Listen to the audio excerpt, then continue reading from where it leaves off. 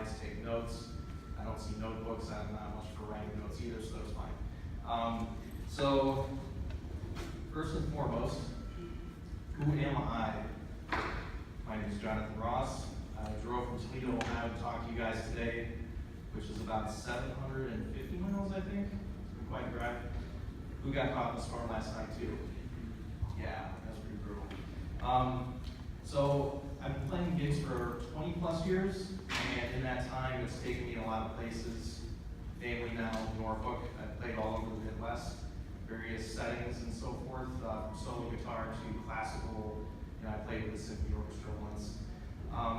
And along the way I've learned to read a lot of things about how to get gigs and the various ways to get gigs and how to keep them. So hopefully you guys learn a few things here as well. Okay, so the first step is to create a quality product. Okay, so what is quality? Quality is the standard of something as measured against other things of a similar kind, the degree of excellence of something. Definition 2, a distinctive attribute or characteristic possessed by someone or something. So we're all musicians. I guarantee you that at any point right now, there's somebody playing in a bar, there's somebody playing some kind of concerts. Have you guys been to Nashville before? Some of you? Okay, so in Nashville, if you haven't been there, they have music from about 9 or 10 a.m. on through like 6 in the morning. Every single bar is like that. Every single bar. So that's just one city. So imagine how many bands are out there doing the exact same thing that you are. So you have to figure out a way to make yourself stand out from the group. It could be a visual element. Perhaps you're a funk group or something. I don't know if you guys like Parliament Funkadelic, but not only having like really great music, they had a strong visual element as well that separated themselves from everybody else. Okay, so you have to figure out a way to stand out from the group. And creating a quality product starts with your music. You have to make sure that your music is on point.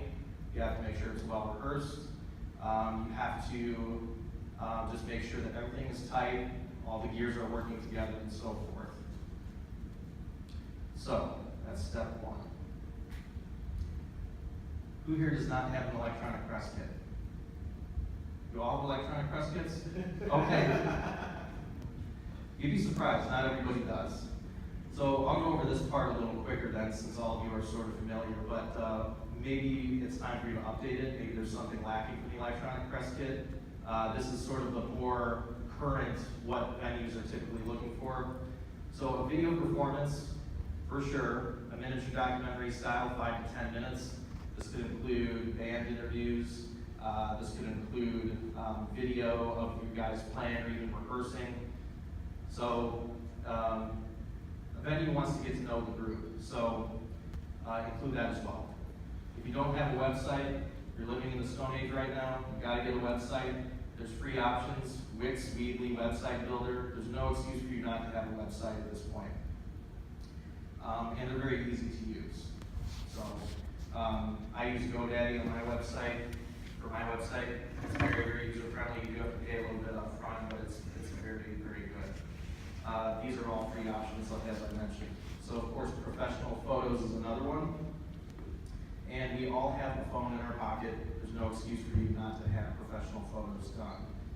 If you are actually handing in an EPK, then a glossy 8x10, you can take your picture on your phone, save to USB, have it printed out in a high quality format somewhere. And if you're looking for something that's really professional, you can get a couple of lighting rigs. These are 2 that I recommend. Flashpoint Photo and a 3-point softbox. These retail for a little under $100. I think I saw it on Walmart online or something like that. But yeah, they're very, very useful. Not necessary, but useful. Also, here are 4 different apps that can make your photos look more professional. There's PreemCam, it's LightX, Prisma, which is a bunch of really interesting and unique filters. And the one that looks like, from some high schooler's collection is BeautyCam, with the pink and all that. They actually have really good filters, so check that out if you'd like. Okay, so even if you're a solo artist, you have to have a recognizable brand. That's essential. So all of these companies up here, Apple, McDonald's, Adidas, Netflix, Starbucks, all of the social media pages, airlines, Disney, cars, like BMW and Audi, the Mercedes logo. These are all worldwide recognizable. So you want something that's going to be instantly recognizable, and also this really helps when you are selling merchandise, because you want something that is going to catch people's eye, give your band an identity, give yourself an identity, and a marketing strategy is people who do the marketing want consumers to have a sense of belonging, or a sense that they belong to some kind of exclusive group. So like, it's almost like giving them sort of an identity as well, a way to express their identity. So you do want a logo that's recognizable. So below, of course, is the musical examples that you can take from. Don't copy, but take those as an example. You don't want to get caught in a copyright lawsuit. Van Halen, Weezer, Rolling Stones, The Who, AC/DC, the Black Flag, 4 Bars logos. Of course, the Grateful Dead, the skull with the red, white, and blue, and the white lightning bolt. I'm sure you're all familiar with that. Some of these examples are just a font. So it's the band's logo, but it's a recognizable font like Iron Maiden.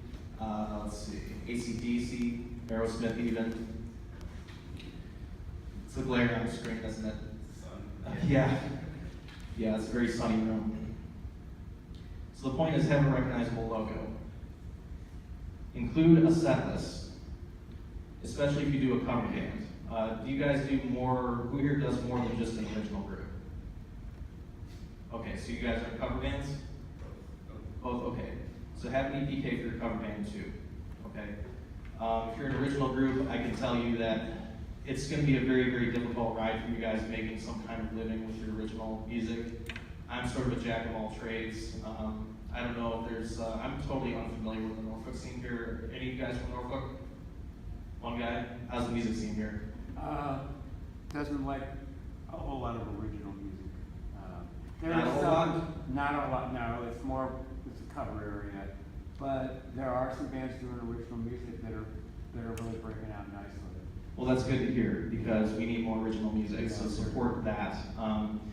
But the reason why I've been able to do as well as I have, sometimes not so much, but that's just the nature of the business. It's a business of checks and balances. Sometimes you do really well, sometimes you're just gonna be struggling and wondering, like, you know, when you're gonna eat next. But yeah, you need to do more than just one thing. So that's just my advice to you guys. But if you wanna have like a side job and then fund your original group, no problem with that. There's nothing wrong with that. But the point is, even if you're an original group, you should include a set list in your press kit, because you never know. Somebody who's doing the booking might look at the set list, and there might be something about your set list and song titles that sort of intrigue them.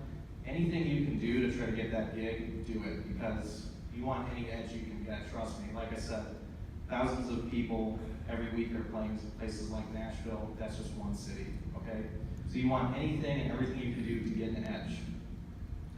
And this is one of them. Of course, this is songs I've played 1,000 times, and that's only a fraction of a set list for a cover group. So include a set list. Okay, so this is my personal formula for how to cold call for a gig. So a cold call is you're just calling with no warning, they have no idea who you are, that you exist, okay? So have a plan of something to say to open up the conversation. I usually say, hi, my name is Jonathan Ross, I'm a local musician. I was wondering who may I speak with about playing the venue. Speak articulately as possible, speak professionally, that's what people respond to. If the person you're speaking with is not there, get their information and a good time to call. I do not recommend you call on Monday, because usually they're recovering from the weekend. So the last thing that a venue owner, from my experience, will want to do is to book something that day. So they're just prepping for the week. So Tuesday or Wednesday, I would say. Wednesday is certainly very safe. But they'll tell you when the right time to call is. Some people might want you to call on Mondays. You never know. So when you get in touch with the person, tell them who you are, what you do, greet them, use your own words, and I can tell you exactly what to say, as long as you speak clearly and in a professional way. That's what people respond to most. And the one key about all of this is they are running a business, and so are you. So unfortunately, what a venue owner looks for is how much food and drinks will you help them sell. we would like to think that they hired us solely because we're so talented. You know, our music is so wonderful, and we just want everybody to just listen. But that's not really the case, unfortunately, because it's a business partnership. So you want to establish a good relationship with the booker right away.